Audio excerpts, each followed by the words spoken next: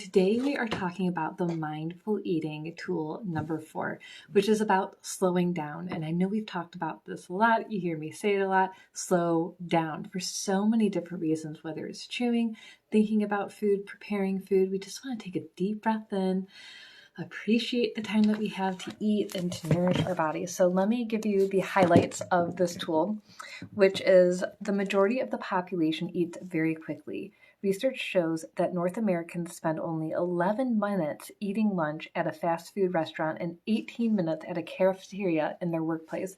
So this is very fast. We get satisfaction from chewing. That's why we like foods with various textures. Chewing food not only enhances the experience of changing textures and flavors, but it also helps us get more nutrients from what we eat. There are enzymes in saliva that begin to break down food before we even swallow our food. So our tips for slowing down include looking at your food, smell it and notice the colors, chew 15 to 30 times before swallowing, notice the texture, and put your fork down between bites. So a lot of these tips with mindful eating come down to like portions as well. So grab a smaller plate, really look at your food as you're preparing your plate, considering how much portions that you want to have of each that you're having on your plate, whether it's protein, carbs, veggies, fruit, all of that, right? And just take a few minutes to look at your food. We rarely do this. We just kind of really consume really fast.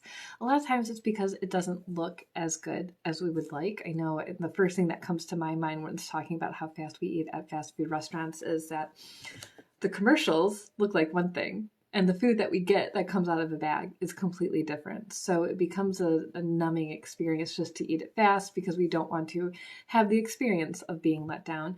Or if you cook a big dinner at home and it doesn't turn out the way that you want it to, or it's just, oh man, it's just a chicken, rice, and veggie dinner. It's not like an overwhelming experience. And I think the more that we embrace how food and every single meal is not meant to be gourmet, it's not meant to be a top chef experience, that we can just embrace the beauty of the food that we do create for ourselves. So this is also a good time to experience. Maybe you need to learn some new cooking techniques or different ways to cook and prepare your vegetables, and appreciate that the food is giving you nourishment and fuel, not just something that you have to do or that just fulfills a segment of your life. So I do really like the putting your fork down between bites because it does help you slow down. You have to put your fork down, you have to think about it, you have to chew. You really have to swallow and have your food done before you pick up your fork again to take another bite. So that's one of the biggest things that I recommend. Another thing I think we're going to talk about really soon is getting rid of distractions while you eat. So that means turning off the TV, putting your phone down.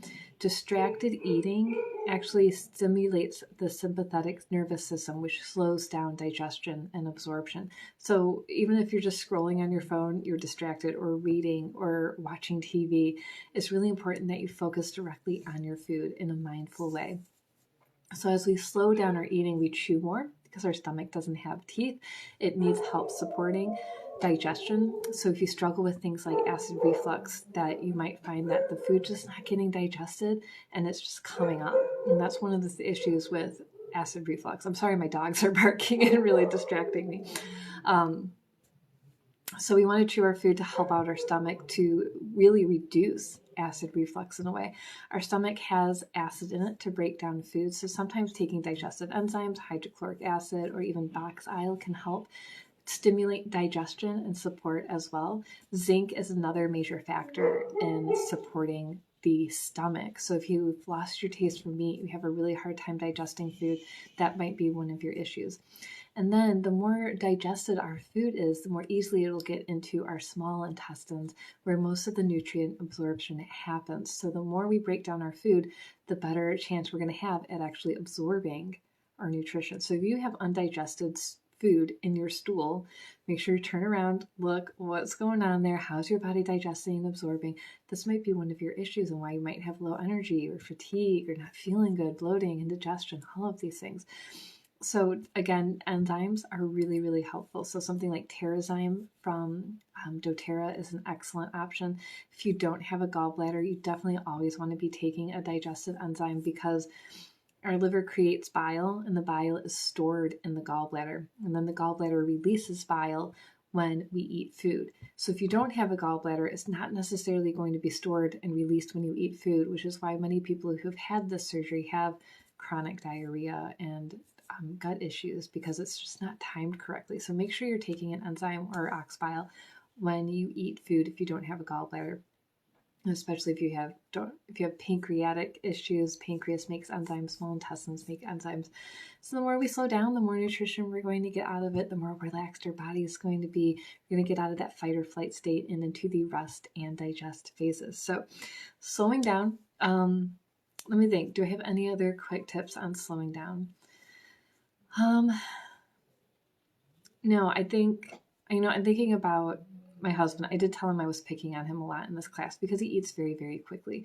I'm usually 3 bites in and he's done with his meal. So, and I get on him and he knows it. He knows. We've had a lot of conversations about slowing down. So maybe pacing yourself with someone else. If you're the fast eater in the family, to say, okay, I'm just going to eat as slow as my spouse eats or my kids eat because I need to slow down. And maybe between each bite, having a small conversation with the people around you might help you slow down as well. So thank you for tuning in today and being part of our little mindful eating adventure here. And I will see you soon. Let me know if you have any questions, thoughts, or concerns about mindful eating, about nutrition or digestion or slowing down if you need some extra help. I am here for you guys. All right. Thanks. I'll see you soon.